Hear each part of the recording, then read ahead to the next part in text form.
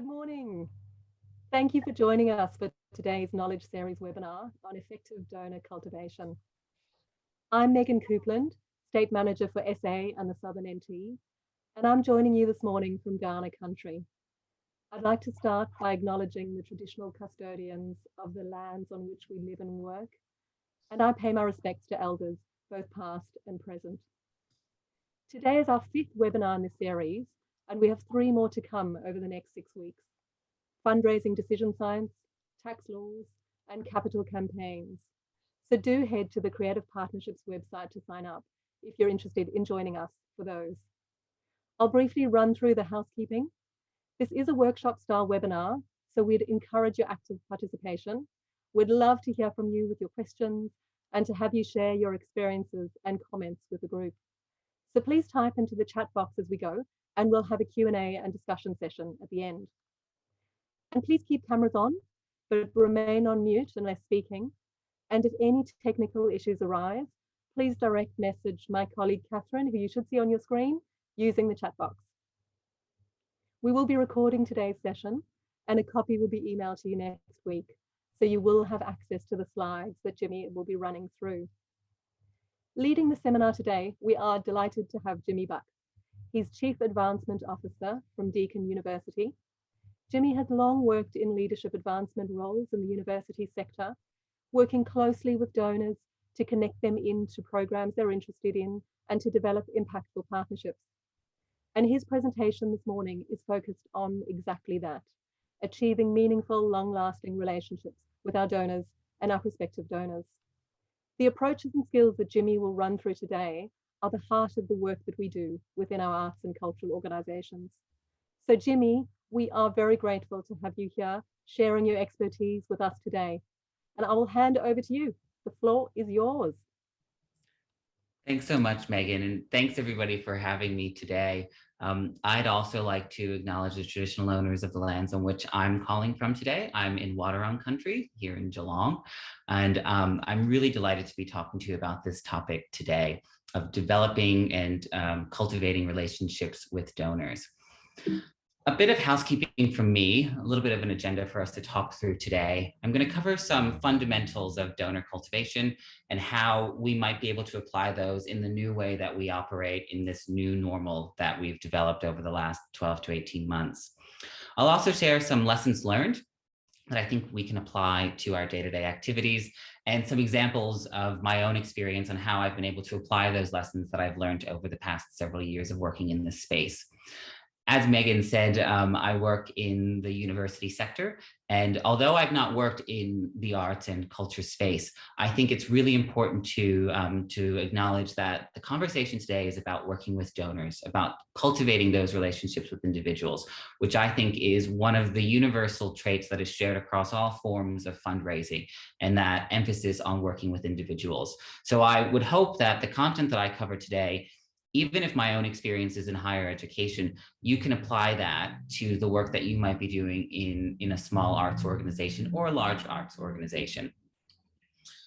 Another thing that I think is important to keep clear with sort of the framing of today's conversation, those of us who work in fundraising know that there's a real mix to the activity that we do, whether it's doing direct mail appeals or telephone fundraising, having gala events, or developing a bequest brochure. There are all of these different components that we see in a fundraising program that all sort of make it work. Today, my focus is going to be predominantly on major gift philanthropy and working with individuals. From my experience, individuals are sort of one of the best places to develop relationships because they have passion. Organizations have mission statements, and they have values, and they have vision documents, and they have boards of directors. But when you develop and cultivate a relationship with an individual or a small group of individuals who are decision makers, that's where I've really seen magic happen. And I think there's some great sort of evidence in the value of having these kinds of relationships. Just last week, the AFR released the Philanthropy 50, which looks at the top 50 philanthropists who gave in Australia last year between the end of July 2019 and June 2020 in that financial year. What was really encouraging to see was that there was actually an uptick in philanthropy during that period of about 4%. in just the 5th year of this list existing, these donors, these top 50 donors, contributed over $900 million to Australian organizations. On average, each of those donors gave about $19 million. And the smallest level of giving was $4 million. So what we're seeing here is a seismic shift in the way that Australians approach philanthropy, and we cannot ignore major gift philanthropy. Another thing that I'll point out, in addition to being from higher education, I'm also not from this part of the world. And one of the challenges that I faced as a fundraiser over the past 12 years is people saying to me, but this is Australia, it's not America. We don't have the same culture of philanthropy here. We don't do it the same way. That is correct. We don't do it the same way. But I still think that the relationships are what are most important, and that we're seeing this huge shift in philanthropy and people talking about it more. So I hope that my American accent doesn't betray me too much today, because all of my real working experience has been here in Australia. And I think that we have a culture of philanthropy in this country that is one that is really worth celebrating because it's evolving and growing. Now, I've shared a bit with you about me and about what we're going to talk about today, but what I'd like to do now is invite you to share a bit more about yourselves. So I'd like for you to pull out your phones because we're going to do a bit of virtual interaction here using some polling software called Mentimeter.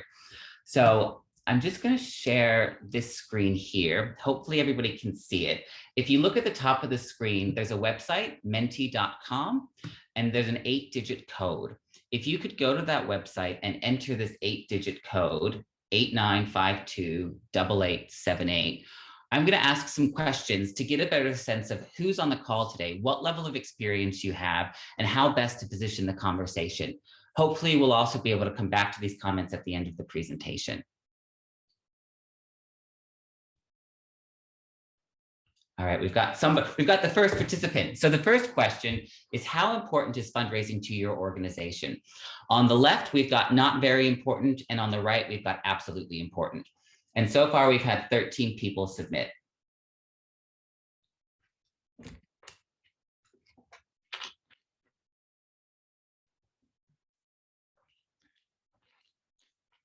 Catherine, can you please remind me how many people we have dialing in right now? We've got 52 people on the call. Okay, so we're more than halfway there with everybody's participation. Give it a few more seconds.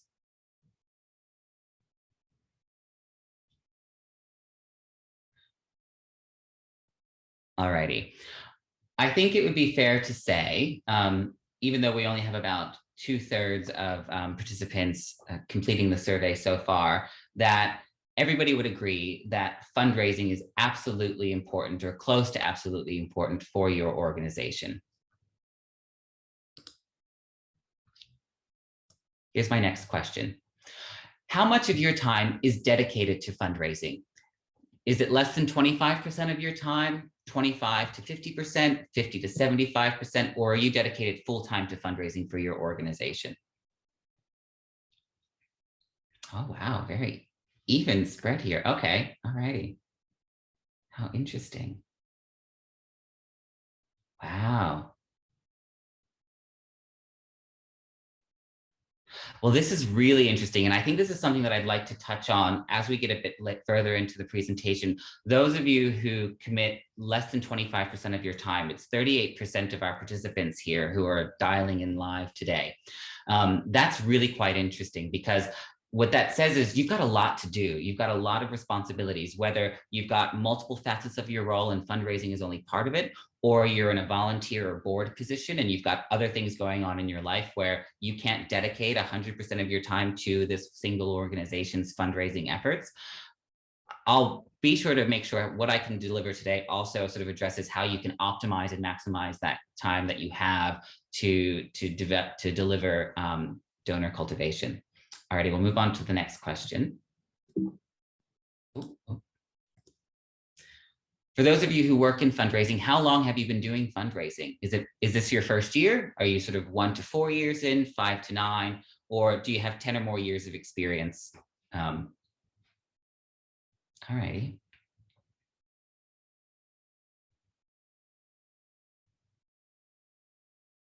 All right, so this is really helpful as well. The vast majority of you have at least some experience, if not a significant amount of experience. So you know what we're talking about. You know that fundraising is important. You understand the fundamentals of fundraising. Hopefully I can add some value to the things that you already know about fundraising.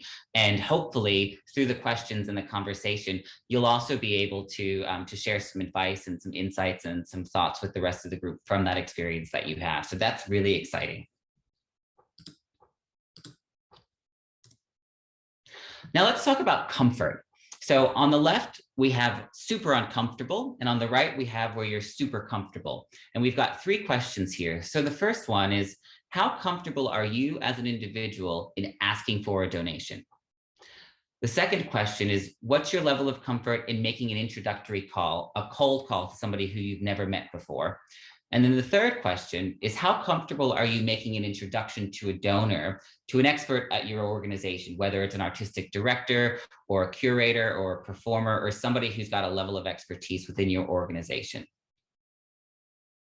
Okay, middle of the road here. All right.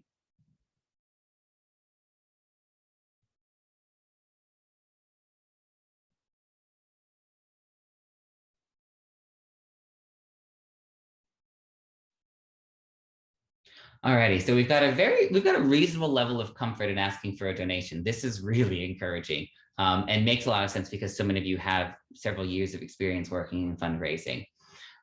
Making a sort of cold introductory call, you're a little bit less comfortable. And what's really, really encouraging is to see that 4 out of 5 of you, or your level of comfort is really quite high in making those introductions to people within your organization. That's really important because one of the things that I'm going to touch on later in the presentation is the importance of teamwork and how this kind of fundraising in cultivating these relationships really relies on teams. So this is really exciting stuff. All right, we've got a couple more questions. Using 1 or 2 words, how would you describe the experience of working with donors?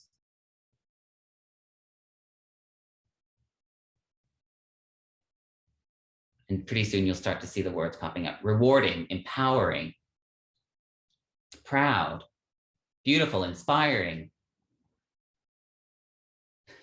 There's the 8-digit code. Wonderful, joyful, impactful, long-term, personal, exhausting. That's a good one. That's really important. Enjoyable, proud, fun, exciting, and motivating. Community, empowered. All right. Uncomfortable sometimes, scary, reciprocal, fulfilling, sociable, powerful, daunting, emotionally demanding, transformational, confident. Oh, you guys, these are really, really good words. This is really, really helpful. Emotionally demanding, bespoke, yes. Satisfying, confident, intriguing, sociable, long-term, impactful, complex, invigorating, yes. Tricky, yes, they can be very tricky. Alrighty, hopefully we'll be able to touch on some of these words as well as we go a bit further, because I think that we can't ignore the fact that sometimes this is really difficult. And whilst it is really rewarding, usually when it works, it doesn't always work out in the way that we hope that it will. And so that can be pretty challenging. And the topic of emotionally demanding as well, I think when we work in the business of working with people, sometimes it's easy to forget how much effort it takes to really invest time in these individuals.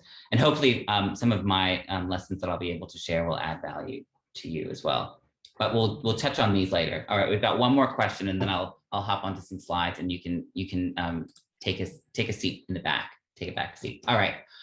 Tell me what cultivation means to you. So that's the topic of this presentation today, donor cultivation. In your mind, how would you define cultivation? What are 1 or 2 words that mean cultivation for you? Relationship building, relationship, a journey, long, developing connection, education, maintenance, grouping and growing, spending time with donors, creating meaningful belonging, creating closeness, mutual trust, mutually beneficial and meaningful relationships, long-term, initiating and growing, ideally authentic, authenticity, investment, nourishment, finding like-minded people. Oh, we're going to talk about that. Understanding donor needs, creating personal investment events. That can be sometimes very draining and exhausting. Trust, relationship, time. Yes, somebody was enthusiastic about time. It can take a lot of time. Getting to know people, journey, engagement, valuing people, abundant. Growing the match between donor and organization. Yes, we'll talk about that. Gorgeous wines. I'd like to know who you are because I would really appreciate some gorgeous wines. Making a case, yes. Relationship development, relationship nurturing, storytelling, sharing quality information regularly, but not too often. There is a balance. Learning and listening. Listening is a big word. Communicating the why. I wonder if somebody from my team is here because that's one of the things that we often talk about is the why. Getting to know families, yes. Wow, all right, everybody. This is a lot. This is really helpful. And I think it's fair to say as well that we all have a shared understanding and expectation of what cultivation means. And so we don't really have to do too much of a language lesson there. Also, when the slides are shared afterwards, we'll also be able to share this information with all of you, just to sort of remember the good old times of participating in the beginning of the conversation. So I'm just going to now close this and go back to my slides. And we're going to move on. Thank you for that participation. I'm really glad that everybody participated in that part. There'll be a few points throughout the presentation where I'll ask you to also add some commentary to the chat box. And then hopefully at the end, you'll have some questions that we can discuss as a group. So a lot of you said that cultivation is about a journey. And I think for those of us who have done any kind of fundraising, we've been sort of given a very helpful tool that looks at this process, a very linear process where you start with identifying the donor, and then you start qualifying them and you try to find out, all right, do they have sort of shared values and shared interests in our area? Do they have the capacity, the financial means to support our work? Do they sort of meet those two criteria? Can we qualify them as a prospective donor for our organization? Then we focus on the cultivation. For some people, it can be a really simple, straightforward, short-term sort of exercise where you connect quickly, they know what they want to do, you know what you're after, and you move to solicitation really quickly, and then you move on to stewardship, and then it's over. You got there at the end. We've also seen the donor pyramid where you start at the bottom with sort of the occasional gift, maybe a $50 check through the mail, or a few people giving to sponsor a small series in the organization. And then over time, the frequency and the value of their gifts increases and they sort of move up this pyramid to the point where they're giving larger gifts, they're considering major gift philanthropy, they're making major gifts, they're making multiple major gifts over their lifetime. And then the pinnacle, the goal at the top of the pyramid is that they include a bequest in their will and they leave a legacy. Their worldly, earthly possessions are then left at the disposal of your organization to do something meaningful and transformative with that giving. And you've got this beautiful, very succinct pyramid that makes a lot of sense. Much like Maslow's hierarchy, you work your way up and you sort of move to this new level of engagement. So this is the journey on paper. This is the sort of introduction to fundraising, be it sort of lower level gifts or major gifts. I don't know about you, but my lived experience is that it's not usually so straightforward. And sometimes the cultivation experience might look a bit more like this, where you face uncertainty, you don't know what's going on with this individual, you don't know what's going on with this relationship, you put forward a proposal, it doesn't really work for them, they don't really like that idea, they want to consider something else. They actually sit on the proposal for a while they're thinking about it and they're trying to decide if this is the right fit for them, or perhaps they've received multiple proposals from multiple organizations asking for similar things and they're trying to deliberate. You're not very sure. You started off in this point of really having a good sense of what to do. You've built a good relationship with this person. You get on, you feel like you can have honest, frank conversations with you and that can be reciprocated, but it's just sort of all over the place. But then you get the gift, you steward it and you move forward. It can be confusing, it can be exhausting, it can be daunting, it can be scary. All of those things that you described as part of the cultivation experience, that is lived experience. Even someone has just said yes to the lived experience. There's another way that I'd like us to start framing the way that we look at donor cultivation and sort of reimagining the journey. I like to think of it as a bit of a cycle, as a bit of a circle, that each of these circles represents that linear relationship that we talked about at the beginning, where you move from identification to qualification to the gift to stewardship, but that you build on each of those gifts. You build on this relationship, and that you keep it all contained together in sort of this relationship with this individual. But in my sense, you could be sort of in this relationship with one person at the very beginning with just this really small gift. And that's okay, because you can maintain that continuity. It doesn't just end when they've made their gift. You want to retain that relationship with that person. You want the cultivation to be worth something, and not just end after the gift. Ideally, you want it to lead to further giving, but that's not always the case, which is why I think that sort of having these overlapping concentric circles demonstrates, from my point of view, the way that I like to approach doing this kind of fundraising and cultivating relationships with donors, because I want to make sure that it's complete, but that we actually grow it rather than looking at it in a linear way. I also think that we have to sort of address the fact that it isn't always straightforward, and sometimes there are curves, sometimes there are bends. We just don't know how we're going to manage it, but that ideally we can build on from it. Now, I know that there's a workshop coming up on using data and using science, and I think we can all agree that there's a fine balance in the art and science of the work that we do in fundraising. And I think that having that balance is really important. So from my experience, what I found in cultivating relationships, listening is paramount. That helps us build trust with these individuals, and it encourages them to open up. Having that level of vulnerability often takes us down a path where we can find something that's much more meaningful for this donor than we had initially gone in with, because we've listened and we've built that trust with them. I also think, though, we cannot ignore the value of science and information and data that we can get outside of our conversation. So for those of you who have membership groups within your organization, or you're able to access the ticketing system and manage and understand people's attendance behaviors and sort of what their interests are, that can be really, really valuable information for how you craft and develop that relationship. There's tons of ways that large or small fundraising organizations are able to manage and measure capacity of their prospective donors. Something as simple and straightforward as researching the property value of their home, publicly available information, can help frame what their potential capacity might be. But also basing your framing off of their giving history if they've already been giving to your organization. You can't do good donor cultivation with only one side of this. You need to incorporate aspects of both the art and science. I think we probably tend to need to lean more to the art as the relationship develops.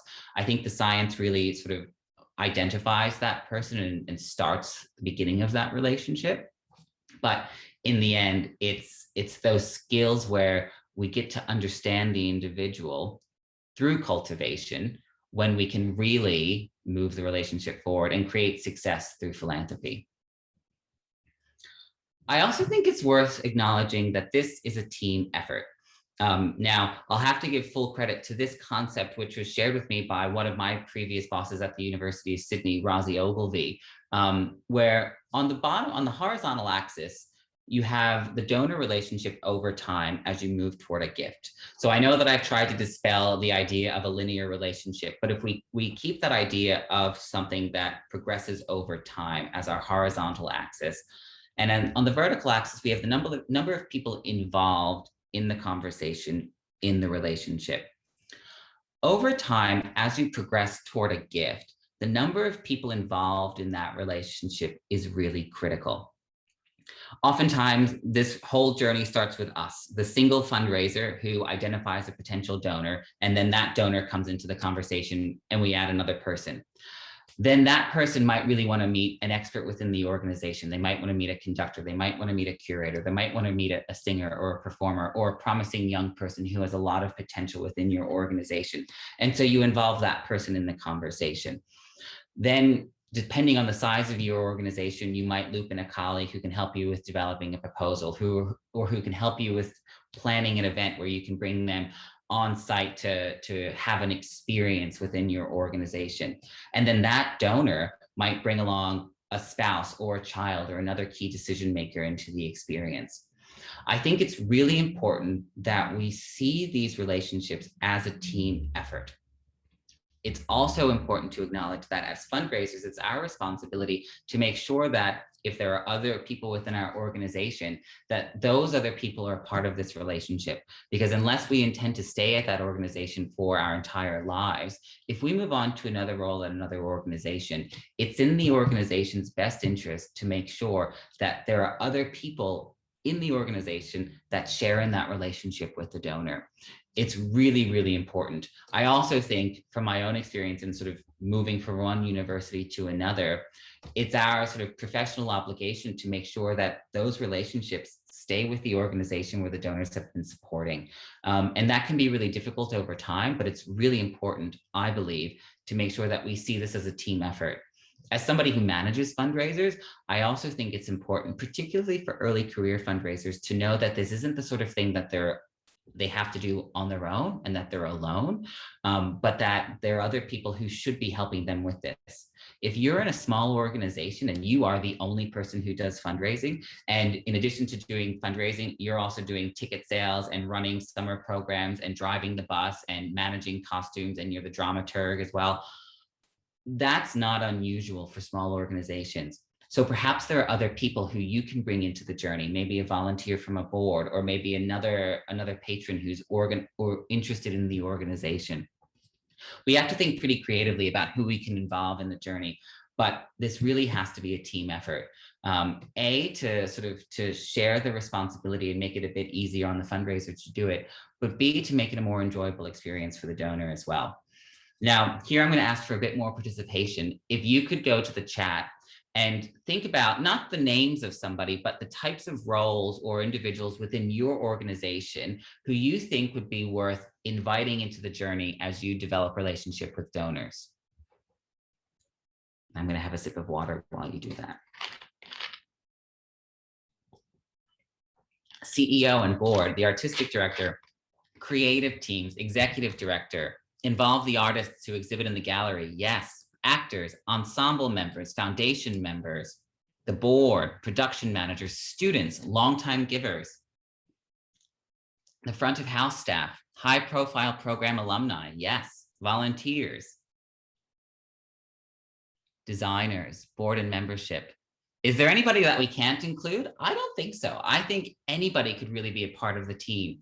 And I think many of those who have worked in small organizations, my husband used to work for a very small arts organization. It was a company of 14 and he was the development person. It was everybody's responsibility to participate in fundraising.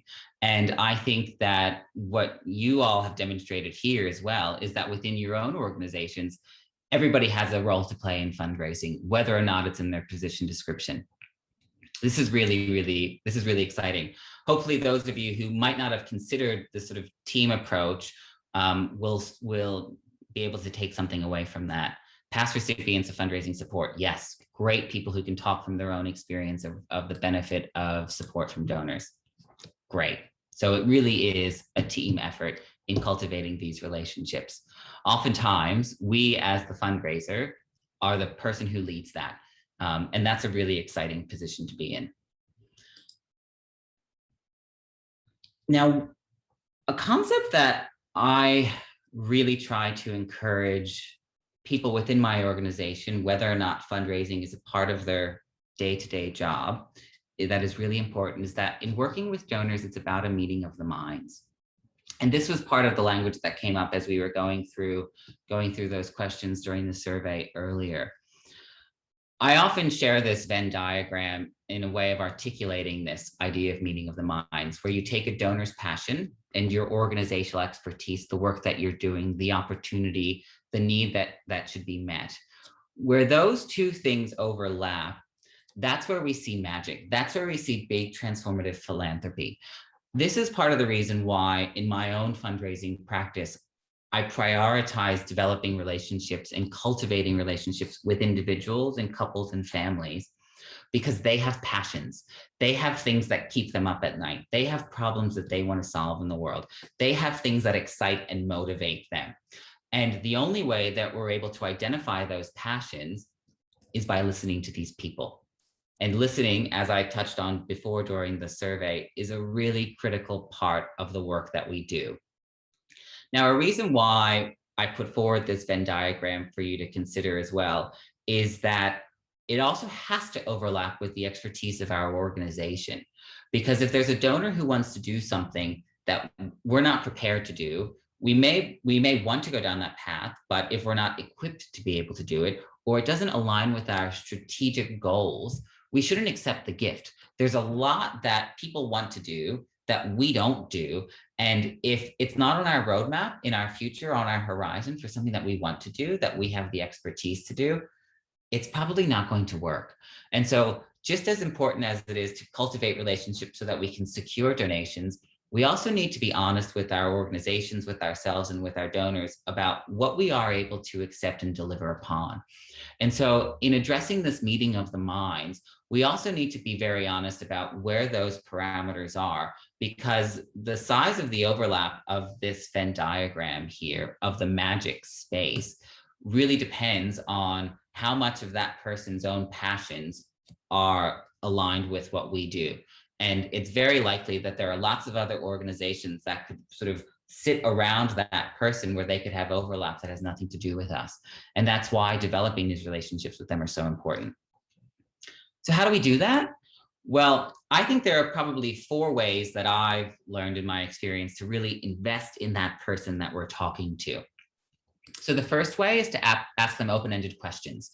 Not, oh, did you enjoy the concert? Or do you think that you'd like to come back and see the next exhibition? But rather opening it up to what inspires them, what they think matters about the organization, what they'd like to learn, where they think we should be going, what problems they think we could be solving, where we could be expanding our opportunities as an organization. There are, the how, why, what, who kinds of questions.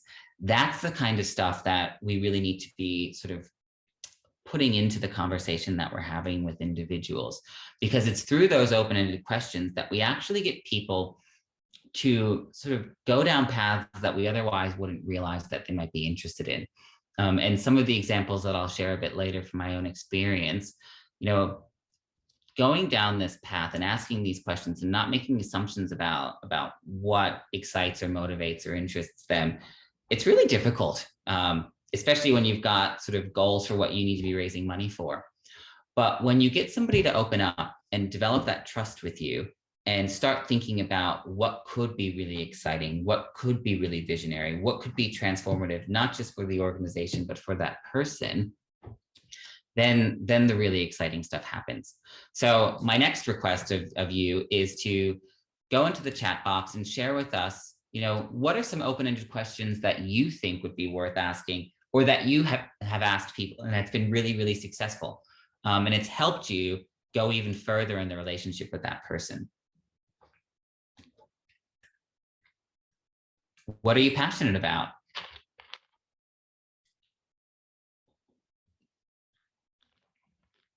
What would you say about our organization to your family and friends?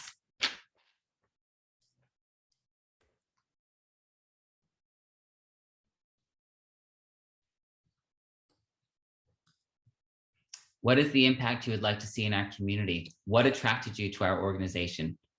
What exhibition did you enjoy? How did you first become involved? How did you discover the organization? What art inspires you?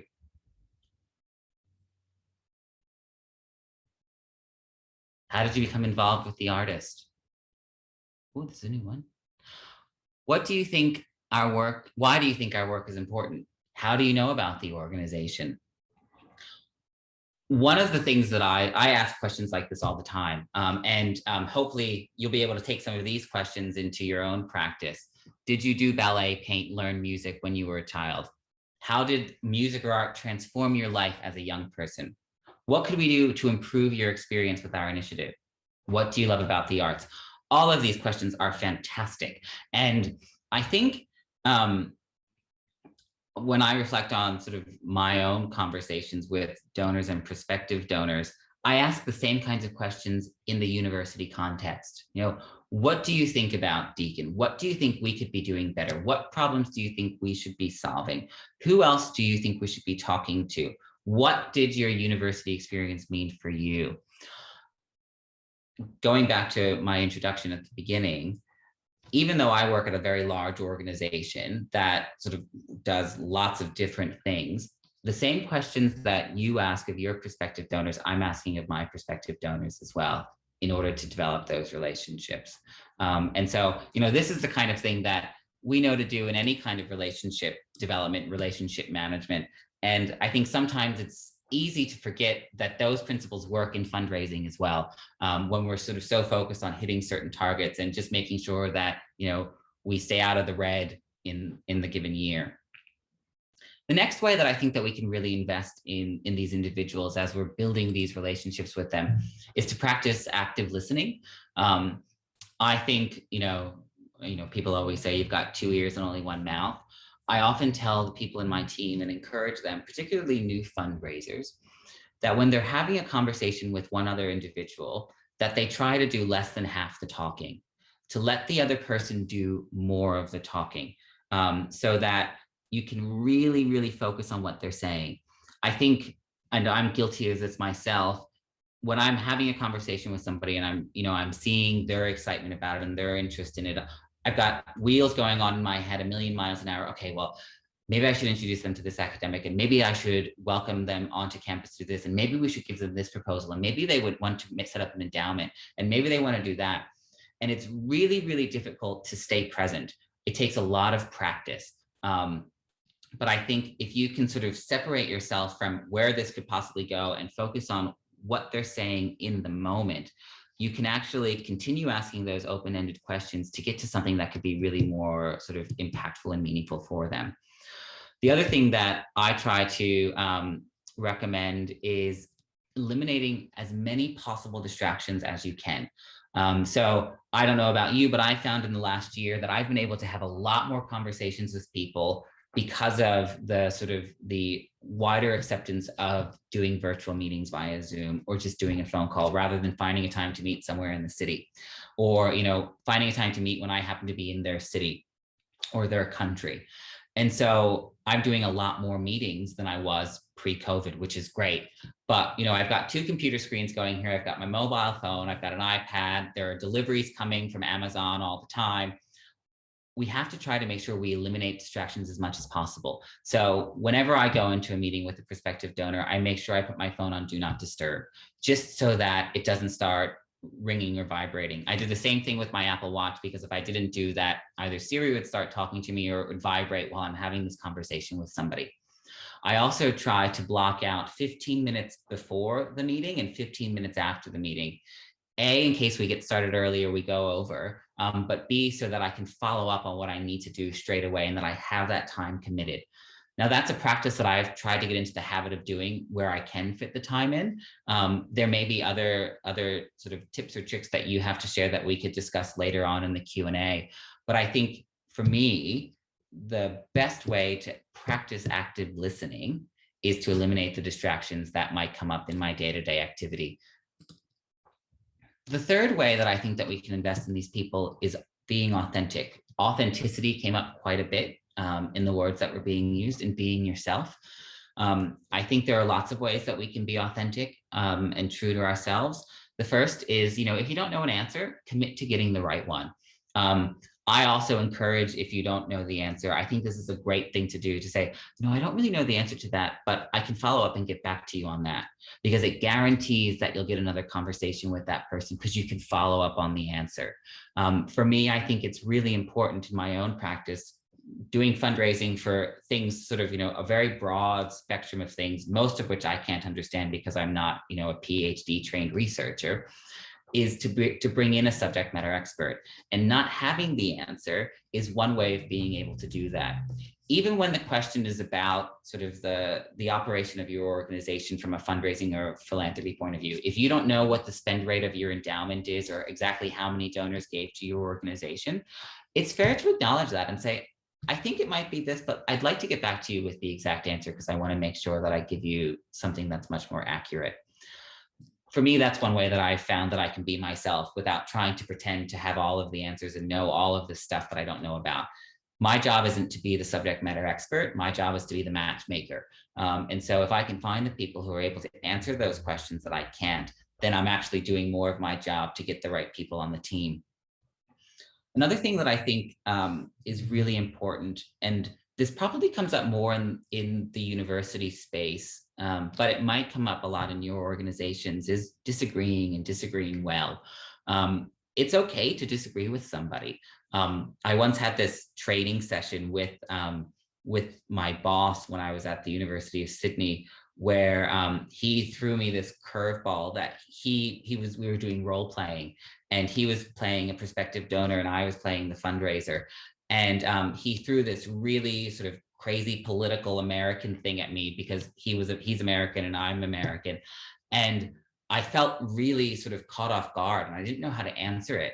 And I won't go into the details now because I don't want to sort of get on a political high horse or anything, but it really sort of made me feel sort of confronted and think, well, how should I respond to this? What should my position be? Should I lie? Should I say the truth? Should I ignore it? I think for each of us, sort of the level of comfort is quite different there. But I think at the end of the day, what's most important is that another individual will respect us for respecting ourselves. And so if you find yourself in a position where you disagree, it's okay to disagree well. That's one of the beautiful things about living in a democracy or being involved in an organization that embraces difference or diversity or the arts or culture, that it's an opportunity for people to try in a safe environment to succeed or to fail. And sometimes we don't always see eye to eye. But what matters is that the things that we care about align, whether that person cares about the organization's goals or missions. We don't really matter in the grand scheme of things, but we have to be true to ourselves.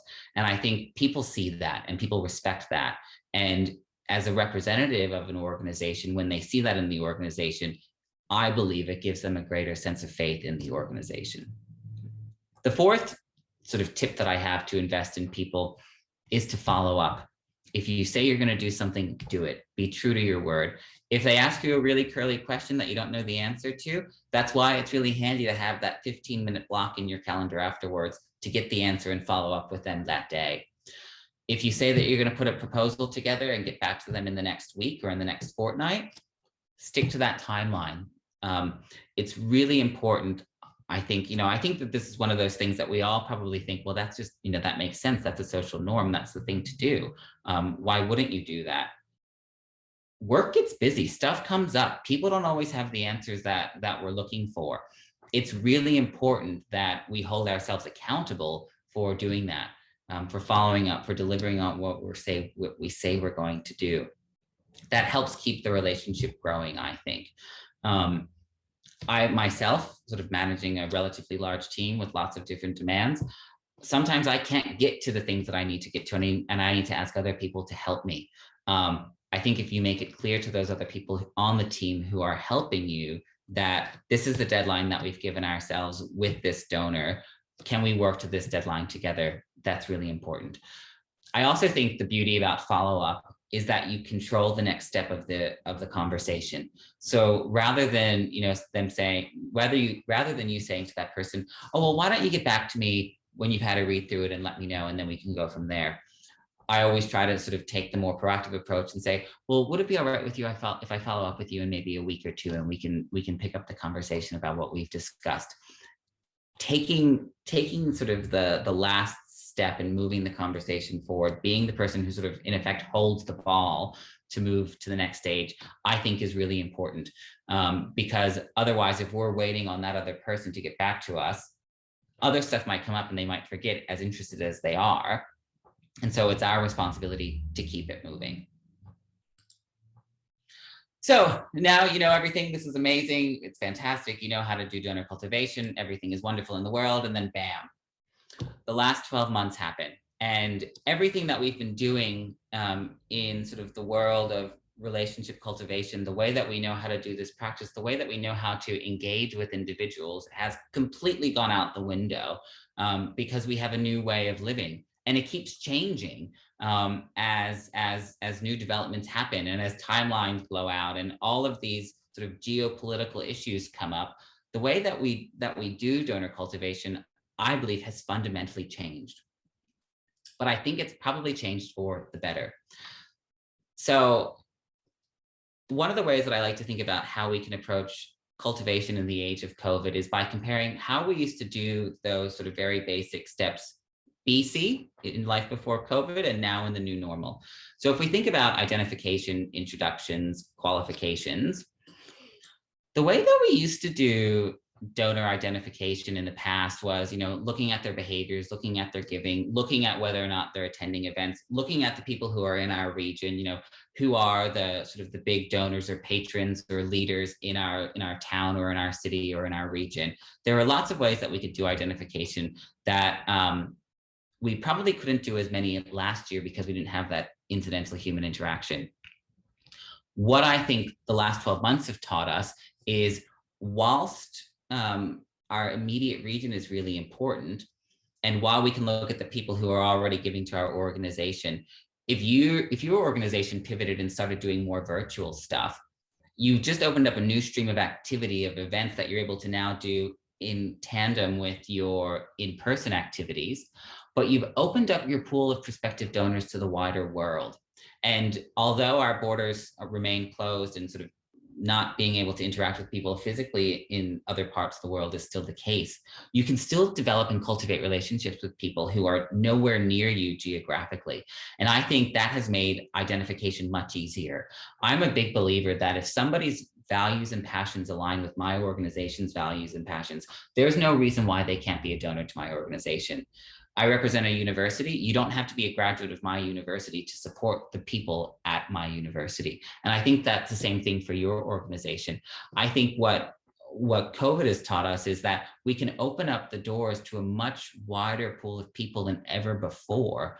And the tyranny of distance is less of an issue than it was in the past. It's not gone, but it's less of an issue for identifying our prospective donors.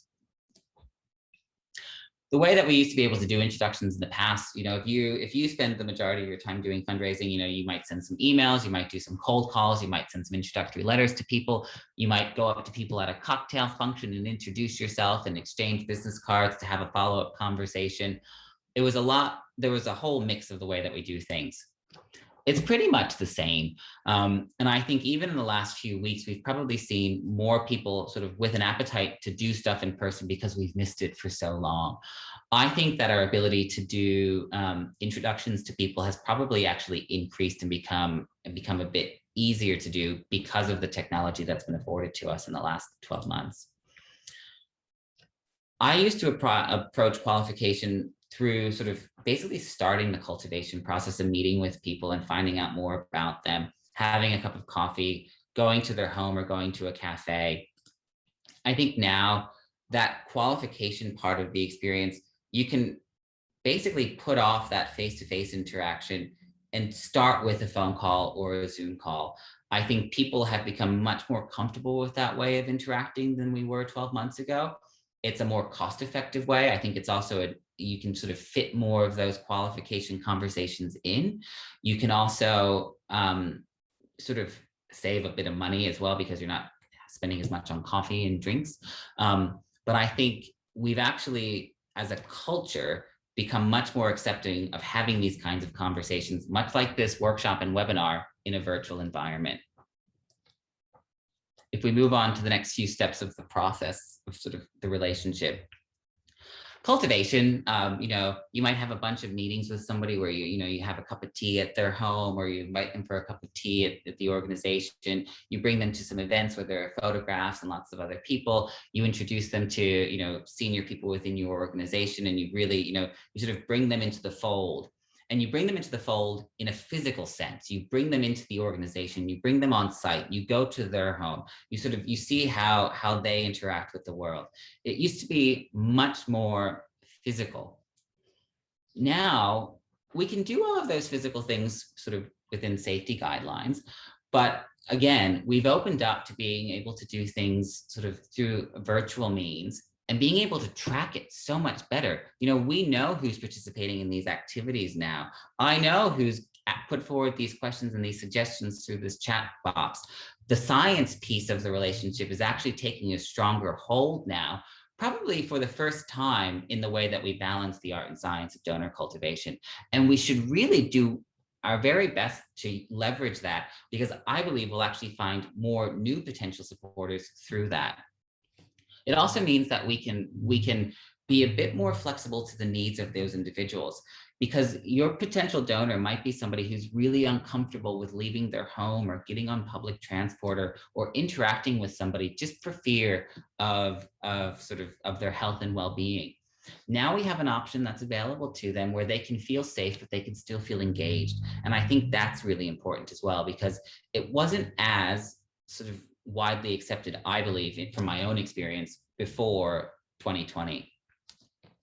Also, I don't know about you, but I've really leaned into the value of a handwritten note or a handwritten card. During 2020, when I was stuck at my kitchen table doing work every day of the week, I was sending thank you cards to donors, whether they were current or lapsed donors, and sending those handwritten thank you cards, inviting them for a phone call. That opened up quite a few conversations for me.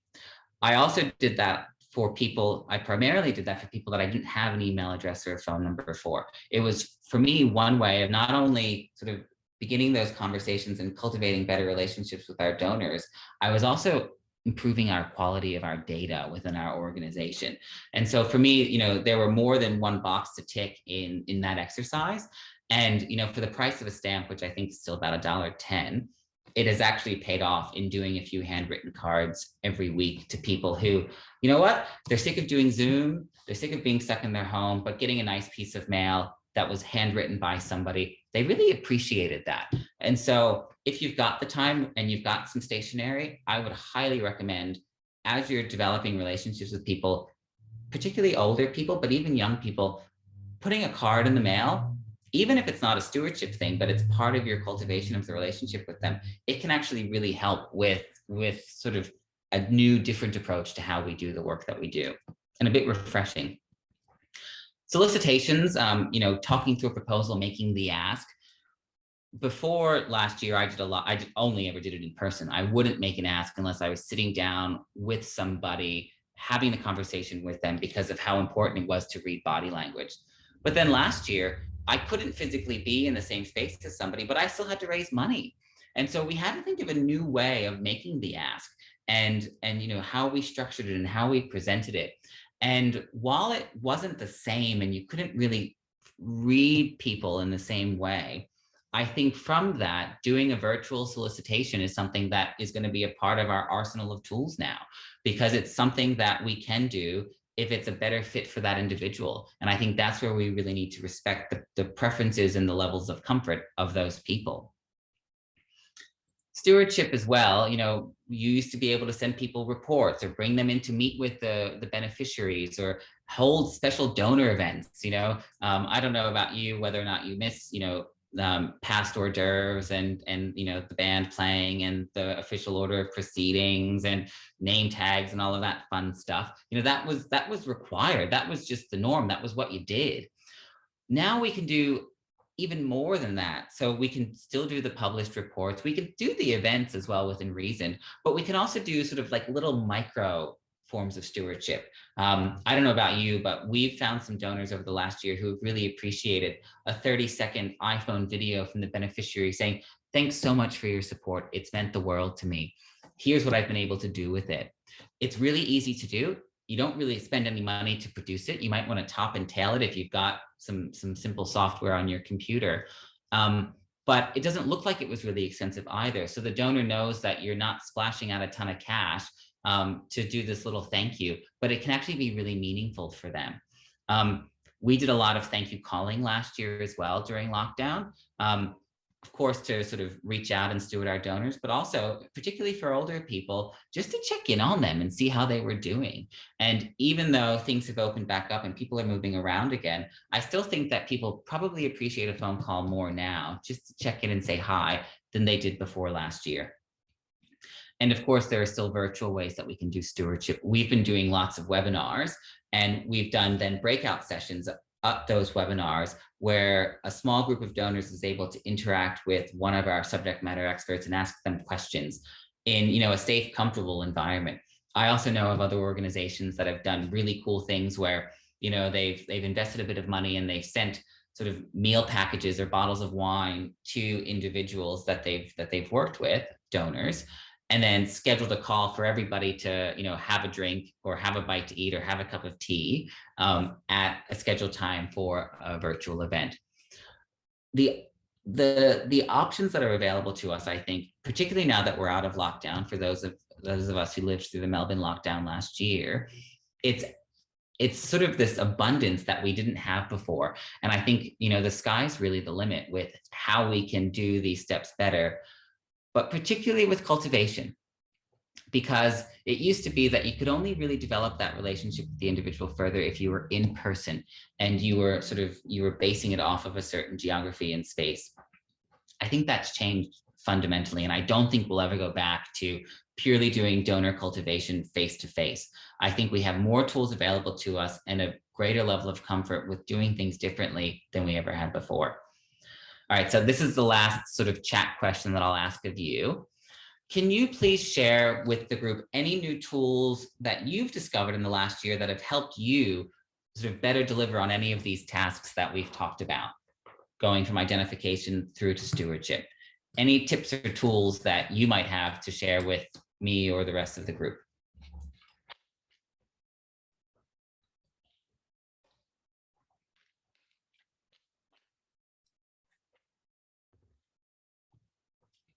Zoom events, outdoor walking meetings, yes, gift bags, simple phone calls, just checking in. Facebook groups for donors, all right.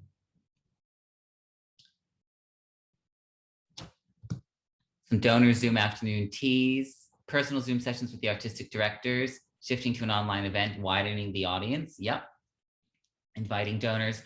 A lot of universities do alumni awards as big events, and we did ours virtually last year at Deakin. We had hundreds of people from around the world sign up. We actually had somebody who put in the chat box that he woke up at 4 o'clock in the morning so that he could participate in the alumni awards. And that was just so fulfilling for the people in our organization to know that people cared so much. Increased social media, questions and answers, polls, comparing home decor notes and COVID recipes through the Zoom to really break the ice. That's great as well. We did something within our team where we asked everybody to bring a magnet from their fridge and talk about why it was significant to them. Again, you sort of those kooky, crazy things, you actually really get to learn a lot more about the individual.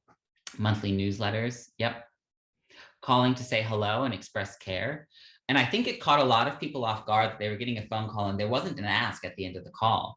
But what followed on from those calls was actually lots of gifts. And when we called people to say thank you, at least last year, a lot of the responses that we were getting were, I wish that I could do more. I wish that I could do more at this time, or that I could have done more, but I felt that it was really important to give. Sneak peek emails, participation in creative development. This is all really, really helpful stuff. Thanks, everybody. On the topic of COVID, before we move on, I also think that last year taught a lot of us the importance of not being afraid to ask. Within my organization, there was sort of a bit of an internal debate that we ended very quickly about whether or not we asked people to give, given the financial uncertainty that so much of the world was facing. And the decision that we made, the recommendation that I made to my organization was that for us, this is our time of greatest need. If we're not prepared to ask people to help us through that time, when will we have a better case for support? Now, we often focus on building a margin of excellence. It's not about, plugging a gap, but more building on, taking us from being a good organization to a great organization. But last year, I think, particularly for the arts, really emphasized for people how important the arts is to our well-being and health. And so to all of you who did fundraising last year in the arts, I commend you, because it was a tough period, but I also think it was a really important time to be brave about asking, and to say that if we can't ask for support now, when can we? And so I think for years to come, we'll reflect on the period that has and continues to be as a moment to change and actually be much braver in the importance of asking for philanthropy. Alrighty, we're doing pretty well with time. Before we get to the end, I guess there are sort of 6 key lessons that I'm keen to touch on with you, that sort of build on the concepts that we've discussed, but also lead into a couple of the examples that I'll share before we open it up to questions and answers. So, as I mentioned before, in terms of the importance of active listening, it's also about listening more and letting the other person do more of the talking. That really, I think, opens up a lot for us in getting new options on where to take the conversation with those individuals. The other thing that I've learned is, again, there's lots of balancing that we have to do, but balancing sort of being ambitious and achievable. I think that if I get to a point where I've submitted a proposal to a prospective donor and they say yes immediately, my first thought is, oh, maybe I didn't ask for enough. Maybe it wasn't ambitious enough. And then there have been other instances where we've been talking with the potential donor even before we put together a proposal, and we ask them, well, what do you think about doing this one thing, or maybe doing that one thing? Would you be open to that? And they say, I want you to go bigger. I want to think bigger. How can we take this further? In conversations with the other people that we bring on the team, by having other sort of subject matter experts or leaders within our organization thinking blue sky, I actually think by being more ambitious, we also set the sights higher of our donors and our organization. And so while we need to keep it achievable, keep it within reason, keep it within that circle in the Venn diagram, I also think that we need to challenge ourselves to be more ambitious. Because if you even look, I mentioned the AFR Philanthropy 50 list. Those top 50 donors, the smallest amount that they gave us $4 million.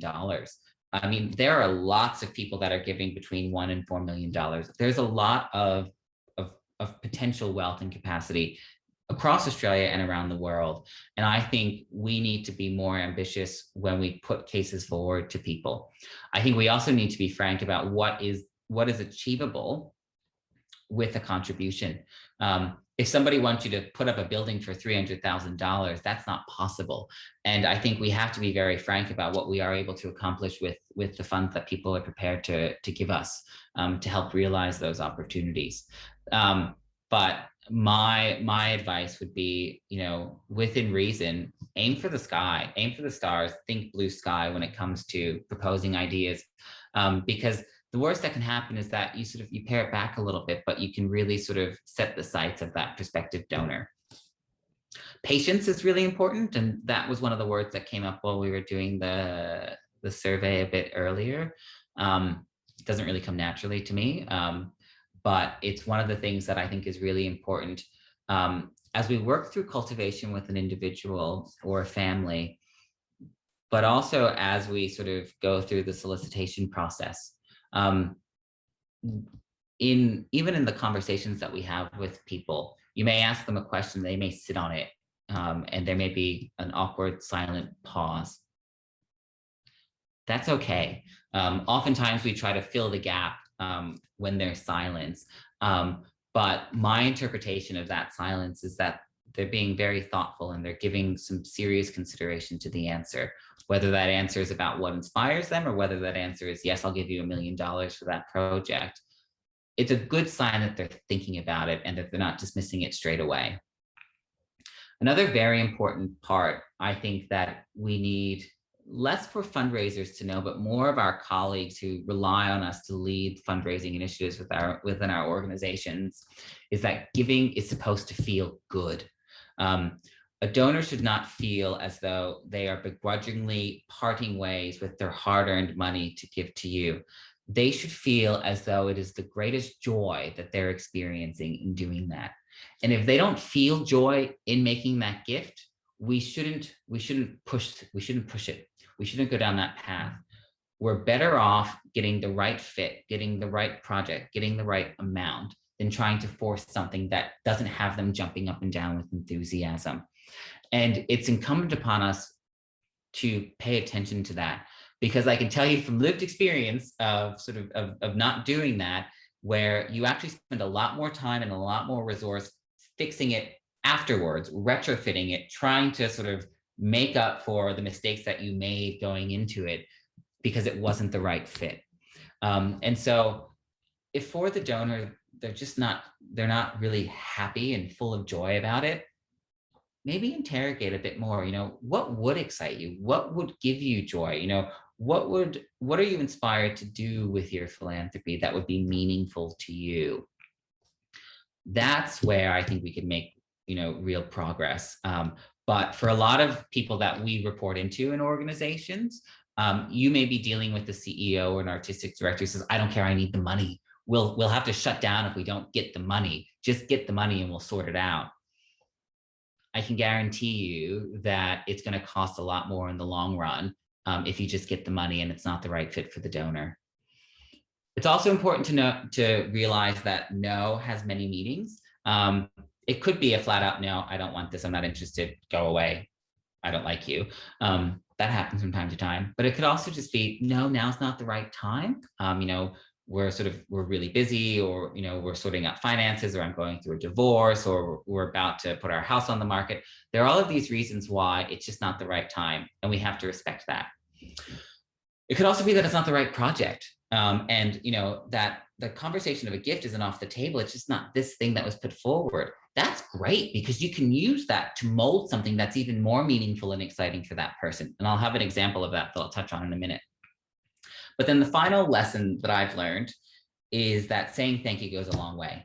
And whether it's through a thank you card, or doing something in person, or a special event to celebrate a donation and a donor, we can never say thank you enough. And we shouldn't be, as the fundraisers, the only person saying thank you. We should make sure that it is the beneficiary saying thank you, that is the CEO saying thank you, that it is the chair of the board saying thank you. As fundraisers, we should be prepared to write 6 different thank you messages for 6 different people in our organizations to send to those donors to say thank you. That's one of the things that I do. If we've received a big gift and the vice chancellor, the CEO of my organization was involved in the gift, I'll draft a message for him to send in thanks, so that it's easier for him to do the fundraising piece, but also so that donor feels and knows that they've got a connection with that person who's very busy, but also very grateful for their gift. This is one of the things that, you can sort of build into that 15 minutes after you have the meeting. So I'll give you a couple examples of some gifts from my own experience where we can talk about this. And then I'm really, really keen to open it up to questions and answers. So I'll give you this example. I've got about 6, but I'll probably only touch on 2 in the time that we have today. So Marsha, this was several years ago when I was at a different organization. She had given $1,000 through the appeal. Now, she wasn't a graduate of our organization, so she didn't have any connection to us other than the fact that she had given 3 unsolicited gifts 3 years in a row, which sort of piqued my interest. Now, we had a postal address for her. She was in her 80s, so there was no email address and there was no phone number, and she wasn't listed in the white pages. So another tip that I have for you is if you have somebody's name and you have their postal address, but you don't have their phone number, check the white pages and possibly try giving them a call, because it's publicly available information. I didn't have any of that, so I sent her a thank you card, a handwritten card thanking her for her continued support and inviting her if she'd be open to a phone call, because I'd like to learn more about why she's decided to support our organization. Because on paper, it made no sense to me why this woman was giving to our organization, and I wanted to find out. And then about 2 weeks later, I was sitting at my desk and a phone call came through, and it was her. And I had kind of forgotten that I had sent the card, but I was really delighted that she had called. And so we had a lovely conversation. I learned about her and her connection to the organization, which had actually been through her late husband. But she had continued to support, even though he had passed away a few years before. And it had been years since she had visited us in person, but she had loved coming to visit when her husband had been alive. And so I invited her to come and visit for a coffee, and we could do a bit of a tour. And so we met for coffee. She brought her daughter along as well. And we went for a tour through our veterinary science school, because that's where her husband had been a student and had worked. And in being in that physical place, you know, she and her daughter were able to reminisce on her husband. And then they walked around the building, and they actually saw his name on the wall and said, "Oh, I really wish that we could do something to honor Dad's memory." And that right there was sort of the invitation for us to have a conversation about a gift. And so we said, well, we'd love to have a further conversation with you about that. Do you want to catch up in a week or two and we could talk through some options? And they were happy to do that. So we had a follow-up meeting a few weeks later. We delivered a proposal, and that ended up being a $156,000 gift to endow a scholarship. And I can say pretty confidently that we would not have gotten that gift if I had not sent that simple thank you card for the $1,000 gifts that came through the mail, because nobody else at our organization was talking to this woman. So for me, the sort of the key lesson with this one is that thank you goes a long way. Oh, I see that we've had an issue with sound. Are we all good with sound? Okay. All righty. I can go louder. I'm American, so let me know. The next example that I'll give is one that happened again before COVID. Somebody who had a connection to our organization hadn't given, but was interested in talking about giving. So we had an introductory visit, he and he said, "I'd really like to talk to the dean, the head of medicine. I want to talk to him." And I said, "Great, all right." So we organized the meeting. We were talking about a specific topic, international scholarships. That was really what he wanted to support. Great. We put a proposal together because this is what we had talked about with him. We talked through the proposal. He wanted to take it home to think about it. And then he emailed me and he said, "Anne and I don't think this is the right fit." I had never heard of Anne before. I didn't know who he was talking about. It was his wife. She was one of the people that he was bringing into the conversation, into the team. She was one of the people who was helping to make the decision. So he and I met again, and we talked more about what kinds of things might interest him. And it was only as we were walking out to his car that we got onto the topic of research, because it was something that hadn't come up from his end, and I hadn't brought it up either. And that little interaction as we were walking to his car after he told us all the things that were wrong with the proposal that we had put forward to him, we came up with a new idea for research in one of our facilities at the university. And as we put the proposal together, I actually had 3 different people from 3 different teams in my organization help me put that proposal together, because this wasn't an area that I worked in. I had no knowledge of this kind of research, but I knew that he was interested in it. So we had to find it out, because he had a personal story of losing a loved one to a certain disease. And so we put together a new proposal that was based on this research project. He loved the proposal. So we invited him in to meet the team. We put up, we made sure that we reserved a parking space for him. We put up a sign on the digital screens that said, welcome to campus. We organized a meet and greet with the research team that would be supported by this gift if they decided to make the gift. We had a bit of a conversation about what that gift would do. And with me in a folder, I had, just in case, a draft gift agreement. And I let him know that. And he took the gift agreement and he grabbed his pen and he said, "Can I sign it now?" And I said, "No, you have to read it first, discuss it with your wife, discuss it with your financial advisor, and let us know that you're happy with it, and then we'll finalize it for you to sign."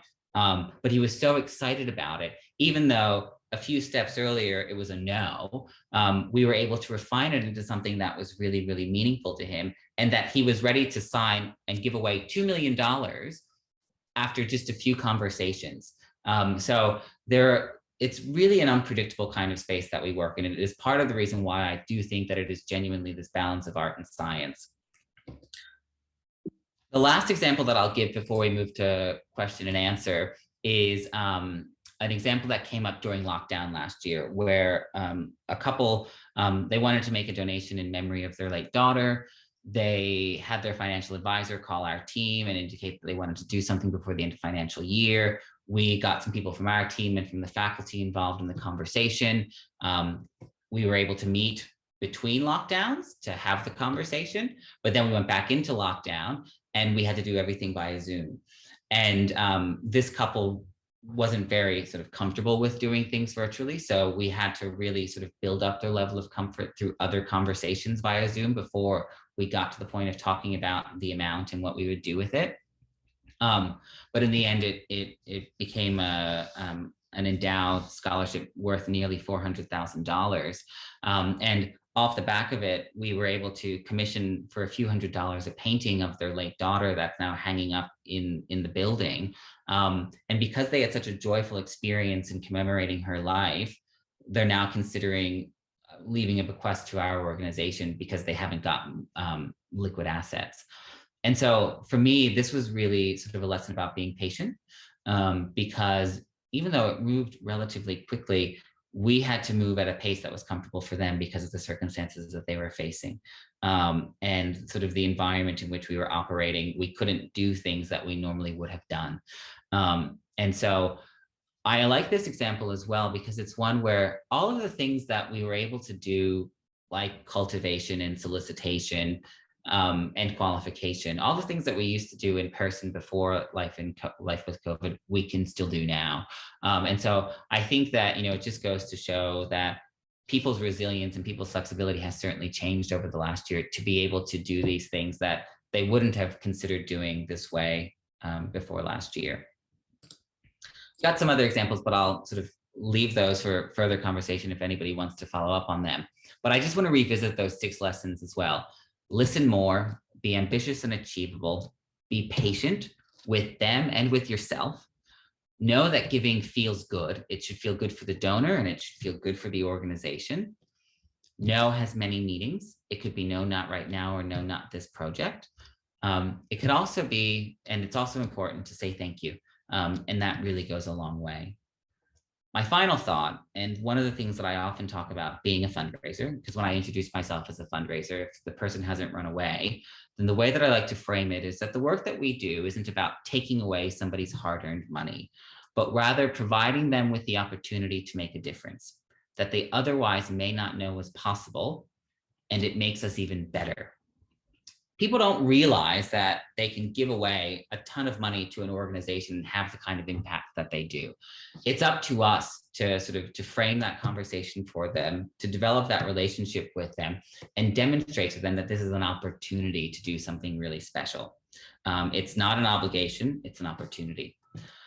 So with that, I'll open it over to questions to see if anybody has any questions or any comments or any sort of lived experiences from the last 12 to 18 months in donor cultivation that they'd like to share with us.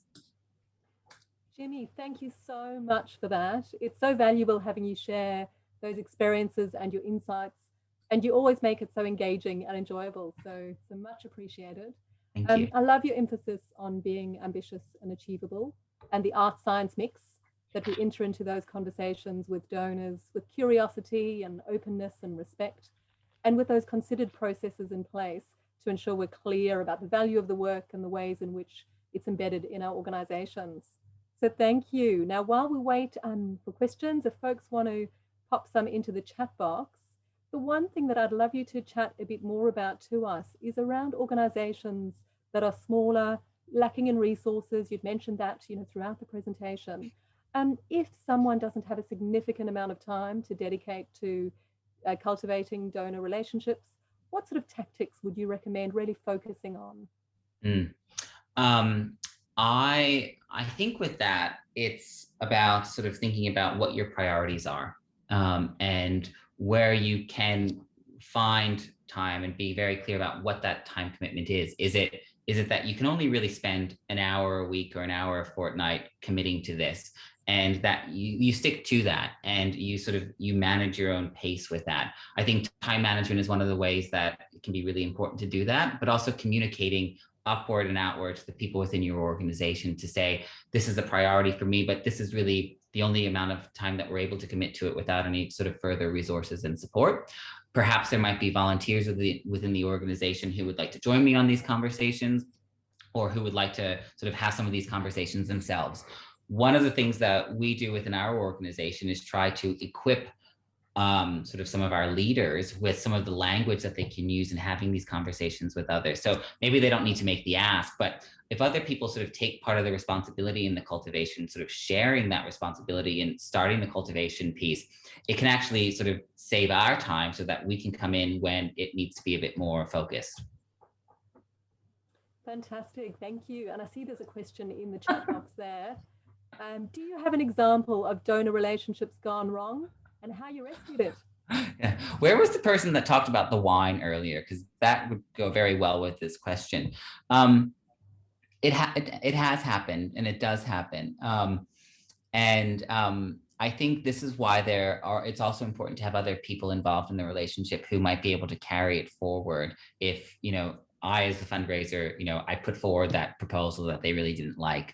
And so there, there's one relationship that, and it was one of the examples that I didn't get to there, so I can sort of talk about it now. We reached out to a graduate of our university, very high profile, had never heard from us, but was doing very well, very successfully in business. And he responded to the email. We had a call with the dean, who was, very willing to make the time. And things moved very quickly. We probably had 5 or 6 meetings in the 4-week period where we went from, not knowing anything about each other to him saying, think bigger. What can we do in this space? This is really exciting. And so we had that invitation to think bigger. And so we put together a proposal for $4.5 million. It was a big ask. We had sort of, and this was also during lockdown. So we had a Zoom call to talk through the proposal. We shared it with them, and then we wanted to present it to them for them to think about. And then months passed of silence, like months. I would send a message, the dean would send a message. And this was just jarring for us because we had just had a month of just like full on, lots of stuff was happening. And we're like, what do we do? And we'd get the odd response, be like, oh, I'll call you this afternoon. Like, oh, great. And then he'd never call. And so about 2 weeks ago, actually, I reached out to somebody within his organization to say, hey, just wanted to follow up. We've had some updates from our end, and we really like to sort of touch base on this conversation. And the other person from the organization got back to me and said, oh, that would be great. We've been so busy. It'd be really good to catch up. And so I had this conversation with the head of operations that we'd been talking to. And he said, listen, I'm really sorry. We've just been swamped since last September, where, we've grown the business. We've been really struggling to keep up with it. We are doing really, really well, but we're just so busy. And this unfortunately wasn't a priority for us then. But now we've got a bit more capacity. We've got a bit more room to be able to talk about this. Can we have a follow-up conversation in 2 weeks, which happens to be next Friday? And so it's the sort of thing where a bit of patience and a bit of tenacity sort of pays off, but you got to give people the space. So over that, September, October, November, December, it's like 6-month period where we didn't hear from them. I was sort of saying to the dean, okay, well, maybe if you try calling him, if he doesn't answer, then we leave it. And we'd let some time pass. So we were trying not to be sort of nagging, but we knew that something had to be up because there was just too much interest before. Like, if it wasn't going to work, if you didn't want to do it, just tell us. And that was kind of the conversation that I had with the head of operations, who said, no, it's just a matter of timing. And now we're able to sort of focus more attention on this.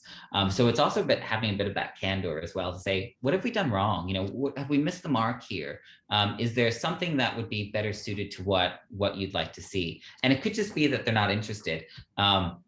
I have had instances where it just goes silent. The whole notion of ghosting with dating, that can happen with donors sometimes as well. I think it's rare if you've done the relationship building right, but it's not impossible.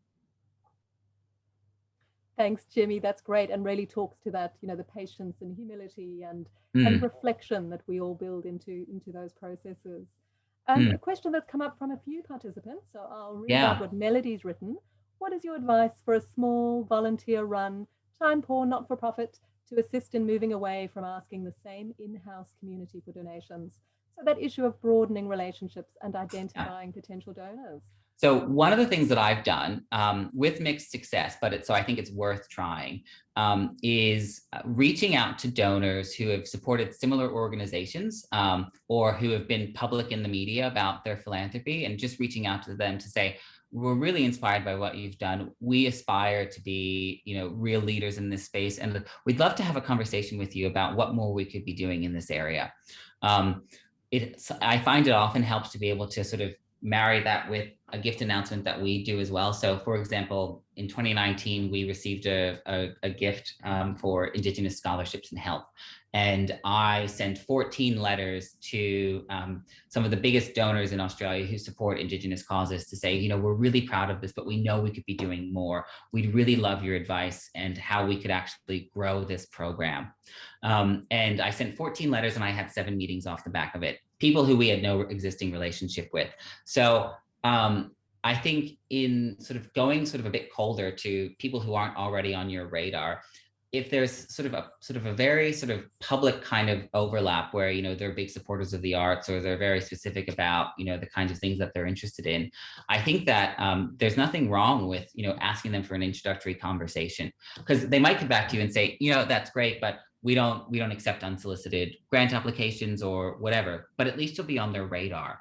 And so if you can find the time to do that, commit a few hours to looking for a few people who are leaders in that space, get their contact details and reach out to them, that can be one way of finding some new supporters. Thanks, Jimmy. And it's a nice segue into a quick question I think that we've just got time for, which, do you think that there's ever something as too much communication? Yes, I do. I do think that's possible. I don't think you can say thank you too much, but I do think you can over communicate with people. And I think in part of doing the cultivation sort of process and having these conversations with individuals, it's perfectly reasonable to ask them, what are your communication preferences? And the way that I often frame it is, I realize that there are lots of demands on your time. Would you prefer that I send you an email, or do you want me to sort of, give you a call when we have updates? What's your preferred communication style? And I think just putting that to them in that way, not being too prescriptive about it, but asking them what their preferred style is. They can say to you, listen, I'm so time poor, don't call after these hours. Or they might say, oh, well, if you want to get through to me, copy in my EA. This is their contact details. That's gold right there. And so the way that I frame it is just to go back to them and say, well, what are your preferences? And then try to, match those preferences. Because if you haven't established it at the beginning, then you get to the point where you might become that sort of annoying person, like I probably was to that donor who I hadn't established those parameters with. Excellent, Jimmy. Well, I think this is probably a good place for us to bring the session to a close. We do hope you'll be able to join us for the next one, which is the 20th of May. And that's the session on transforming your fundraising through decision science. It'll be led by the National Arts Fundraising School in the UK and looks set to be fascinating and fun. So it'll tell you all about making scientifically informed choices to increase income. And they'll be sharing their findings as well from a set of experiments that they've been running. So hopefully see you there, or one of the future ones after that. Thanks for joining us, and huge thank you, Jimmy. Thanks for the opportunity.